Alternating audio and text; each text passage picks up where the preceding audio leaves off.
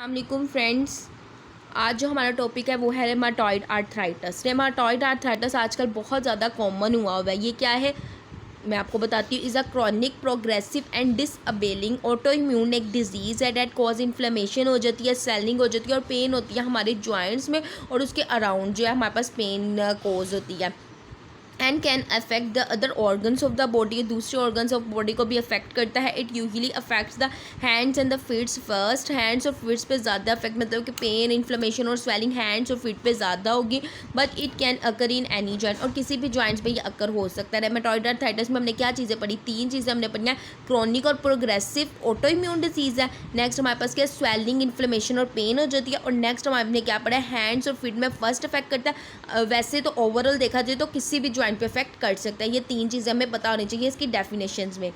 इसके बाद हमारे पास आ जाते हैं risk factor. Risk factor obesity की वजह से हो सकता है, जेनेटिक्स हो सकता है, प्रीवियस जॉइंट इंजरी या स्मोकिंग यूज़ करता है पेशेंट, या फिर एज 40 से 60 की एज में, इम्यून सिस्टम उसका वीकेंड है, मतलब कि सेक्स मतलब कि फीमेल्स में ये ज़्यादा कॉमन है as compared to males. Next हम अगर इसके साइन और सिम्टम्स देखें, पेन और ईचिंग अकर होगी एक से ज़्यादा जॉइंट्स में, स्टिफनेस होगी उसके जॉइंट है ना, लाइक मेरे पास ये वाला जॉइंट है, इसके इर्द गिर्द स्टिफनेस होगी, टेंडरनेस होगी, स्वेलिंग होगी, वही चीज़ आ जाती है। और ये क्या है, रेमेटॉइड आर्थराइटिस हमने हमेशा याद रखना है ये बायलेटरल होगा। लाइक एक हाथ में अगर स्वेलिंग पेन आ रही है ना एक हाथ के जॉइंट्स में, तो दूसरे हाथ में भी आएगी। जबकि ऑस्टियोआर्थराइटिस के साथ कंपेयर करें तो ऑस्टियोआर्थराइटिस यूनिलेटरल होता है, एक ही जॉइंट है तो उसी का अफेक्ट रहेगा। लेकिन बायलेटरल मतलब कि दोनों साइड की, लेफ्ट साइड भी राइट साइड भी अफेक्ट होगी, show in the other joint में भी होगी, वो जो मैंने आपको बता दिया बात।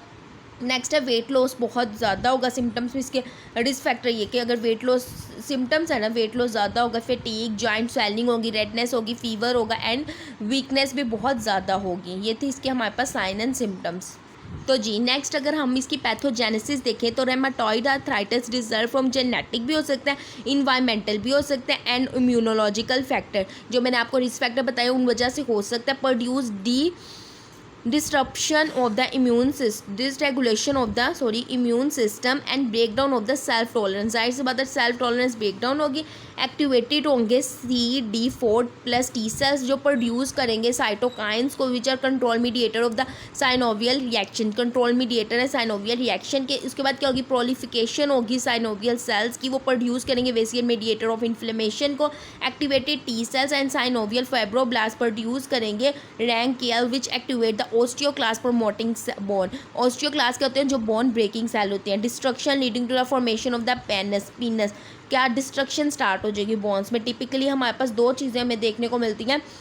हर्बर्टन स्नोर्स हम किसे कहते हैं कि bony bumps on the finger joint closest to the thumbnail. Thumbnail के पास जो है ना, लाइक हमारे पास नोड्स बन जाएंगे, लाइक ये हमारे थंबनेल है ना, तो ये नेल्स के पास नोड्स बन जाते हैं। अगर रेमेटॉइड आर्थराइटिस में हमें साइन सिम्टम्स देखने को मिलती है।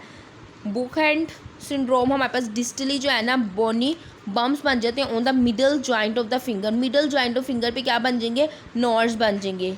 उसके बाद हम इसको डायग्नोज कैसे कर सकते हैं, रेमेटॉइड आर्थराइटिस को ब्लड टेस्ट करवा सकते हैं, जिसमें से हम CBC का टेस्ट और ESR देख सकते हैं। anti-CCP मतलब कि साइक्लिक सिट्रुलिनेटेड जो है ना पेप्टाइड करवा सकते हैं। एंटीबायोटिक टेस्ट करवा सकते हैं। HLA-ORB1 भी टेस्ट करवा सकते हैं। नेक्स्ट हमें ये चीज़ भी डायग्नोज करती है कि पेशेंट को जो है ना क्या है कि रेमेटॉइड आर्थराइटिस है। मॉर्निंग स्टिफनेस उसी होगी, मींस एज 45 पर अगर रहना तो उसे मॉर्निंग स्टिफनेस भी होगी। और जो है ना आर्थराइटिस मोर कॉमन होगा is more than 3 joints areas में होगा। ठीक हो गया। नेक्स्ट हम इसका ट्रीटमेंट कैसे देख सकते हैं, ड्रग्स यूज़ करवा सकते हैं। हम जाहिर सी बात है एंटी इन्फ्लेमेटरी ड्रग्स भी यूज़ करवाएंगे जो इन्फ्लेमेशन को कम करेंगे, स्वेलिंग को कम करेंगी, पेन को कम करेगी। इसके अलावा हम ये कुछ मेडिसिन के नेम्स लिखे हैं, इसको भी यूज़ करा सकते हैं। एंड डिमार्ट्स भी हम यूज़ करवा सकते हैं। ये था हमारा आज का टॉपिक।